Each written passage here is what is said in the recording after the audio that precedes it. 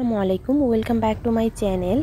তো আজকে আমি নো ফেল গরুর মাংসের কাবাব রেসিপি নিয়ে চলে এসেছি। তো বিসমিল্লাহ। ফার্স্টে আমি এখানে নিয়ে নিয়েছি 8 পিস গরুর মাংস। অল্প মাংসেই কিন্তু করা যায়। আর নিয়েছি মাংসের অর্ধেক ডালটাকে আমি আগে ভিজিয়ে রেখেছিলাম।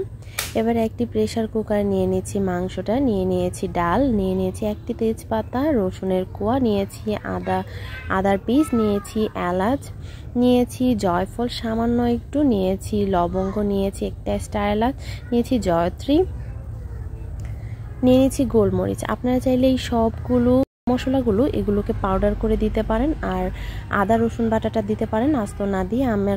আমি আস্তই দিয়ে দিয়েছি হলুদ গুঁড়া পরিমাণ মতো, দিয়েছি মরিচ গুঁড়া ঝাল অনুযায়ী, আস্ত জিরা, আপনার জিরা বাটা বা জিরা গুঁড়াও অ্যাড করতে পারেন, দিয়ে দিয়েছি ধনিয়া গুঁড়া, আর দিয়ে দিয়েছি স্বাদ মতো লবণ। আর কিছুটা পানি দিয়ে ভালো করে নেড়ে চেড়ে প্রেসারে আমি সিটি দিয়ে নিয়েছি 4 থেকে 5টি। এবার তেজপাতাগুলোকে উঠিয়ে ফেলে দিচ্ছি, আর যে অবশিষ্ট পানিটা রয়েছে সেই পানিটাকে আমি শুকিয়ে নিয়েছি।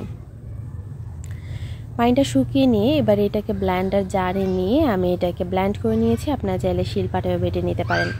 তো খুব সুন্দর করেই কিন্তু এটা বাটা হয়ে গিয়েছে। আমার যে গরম মশলাগুলো ছিল এগুলো কিন্তু খুব ভালো করে মিহি হয়ে গিয়েছে। এবার দিয়ে দিয়েছি পেঁয়াজ কুচি, আর পেঁয়াজটাকে অবশ্যই পাতলা পাতলা করে কুচি করে নিতে হবে। দিয়ে দিয়েছি ধনিয়া পাতা, দিয়ে দিয়েছি কাঁচামরিচ, দিয়ে দিয়েছি কাবাব মশলা, দিয়ে দিয়েছি একটি ডিম, আর আপনারা চাইলে পুদিনা পাতাটাও অ্যাড করতে পারেন। আমার কাছে ছিল না তাই আমি অ্যাড করিনি। আপনাদের কাবাবটা যদি নরম হয়ে যায় ডিম দেওয়ার পর, তাহলে আপনারা একটু বেসন অ্যাড করতে পারেন। আমার দরকার পড়েনি তাই আমি অ্যাড করিনি। আর আমি প্রত্যেকটা কাবাব বানিয়ে নিয়েছি, একটা কাবাবও কিন্তু ফাটেনি।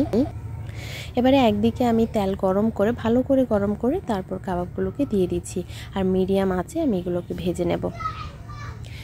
আমার প্রত্যেকটা রেসিপি যদি আপনাদের কাছে ভালো লেগে থাকে, প্লিজ লাইক কমেন্ট শেয়ার করতে ভুলবেন না। বেশি বেশি শেয়ার করে অন্যের উপকারে আসবেন, আর চ্যানেলটিকে সাবস্ক্রাইব করে চ্যানেলটির পাশে থাকা অনুরোধ রইল।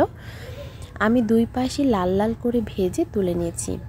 দেখুন, একটি কাবাবও কিন্তু আমার ভাঙেনি বা ফাটেনি, খুবই সুন্দর হয়েছে। আর এত সুন্দর উপর থেকে ক্রিস্পি আর ভিতর থেকে সফট হয়েছে, একদমই কিন্তু তেল চোপ নেই। অনেক সময় দেখা যায় কাবাবের ভিতরে তেল শুষে থাকে, কিন্তু এটা কিন্তু একদমই তেল শুষেনি।